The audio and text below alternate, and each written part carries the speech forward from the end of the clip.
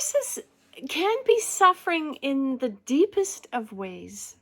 And sometimes we don't even realize that's happening. Or if we do realize it, we don't know how to make a change to help the situation. So our job as a rider is to bear true witness to what's happening in any given situation and to sit with compassion with our horses, and then have our horses examine their assumptions of maybe what's happened in the situation, their actions, so that then our horses can find a better way. So not force, not coercion, because the deepest suffering I found for horses comes from feeling alone and unmet in their problems. My name is Chris Adderson. When I work with horses, and my horse in particular, because I'm going to tell you a little bit about what happened to me the other day, I'm always heedful of what she's saying to me, both within the conversation that we're having, but also what she's saying to me about our environment or other conversations that she may be listening to or involved with. I was chatting with my horse. We were working in the indoor and we were chatting about ways that she could lift her sternum better, how she could do certain things that made it easier for herself to do that. We were really into this conversation. We were really in deep thought about this. And all of a sudden, my horse has a gigantic spook happening. Very tall horse with a very high head, especially when she's alert and looking at something. So she becomes basically like a giraffe. So there we were. She was like a giraffe, and I was wondering what was going on. And she was telling me that there was something outside that was very alarming. What could this possibly be? Was my first reaction. Okay, what is it that's bothering you now? So I said, okay, let's go over there. Let's go have a look. Let's go see what this is. We trotted over there. 100 feet away was Raven, who was airborne. So it was basically flapping frantically and pecking and scratching at the window on our truck. And this was really strange behavior. I must agree. It was strange behavior. And the raven, it's a big bird, so it's about the size of the window of a truck with the wingspan. And we watched as this raven was basically attacking this intruder in the reflection of the window, which was the reflection of her or himself. This was something that was really unexpected. Probably the lighting was just right so that when the raven flew over, she looked down and saw another raven down there, which was actually her reflection in the window, and decided to attack. So we watched this for a little bit, and I reached down and I told my mare, and I patted her mane and straightened out her mane and told her how good she was and how aware she was.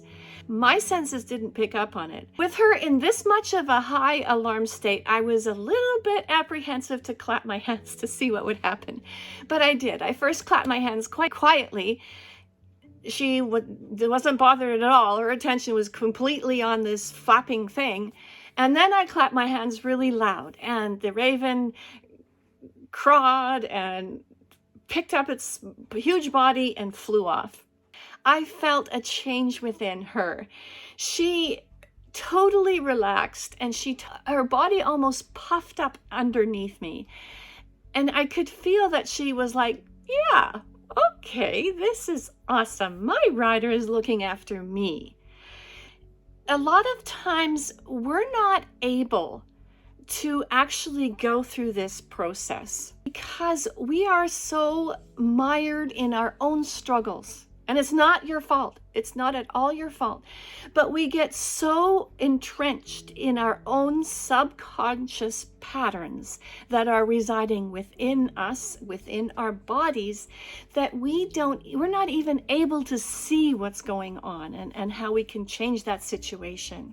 I know for me, there were times that I wouldn't have been able to do that. I wouldn't have been able to, in that sudden of a spook, to say, oh, let's just trot on over there and go and see what it was, because I didn't know what it was.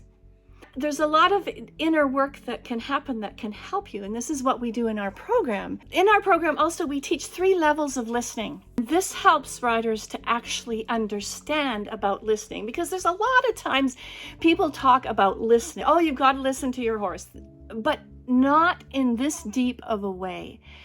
If I don't listen, for example, if I am so focused on my horse and waiting for the exact moment, or if I get frustrated because she's like being too sensitive or too aware or too observant, then I'm missing out on a lot. And I know deep down that that is actually harming her emotionally.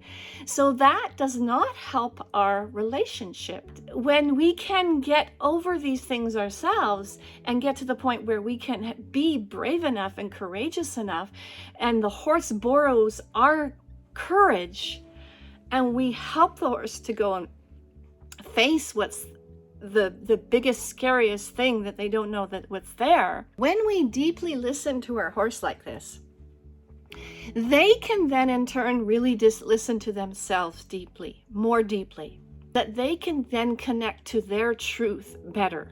When they can connect to their truth better, and we are co-creating with our horses these types of insights, right? I was able to show her and help her to look at this spooky situation in a different way. I was able to be strong for her so she could then look at it in a different way, and she could then decide for herself and make the choices and say, oh, that's just a raven doing a very strange behavior that I've never ever seen before. The problem was presented. We were able to look at it in a different way.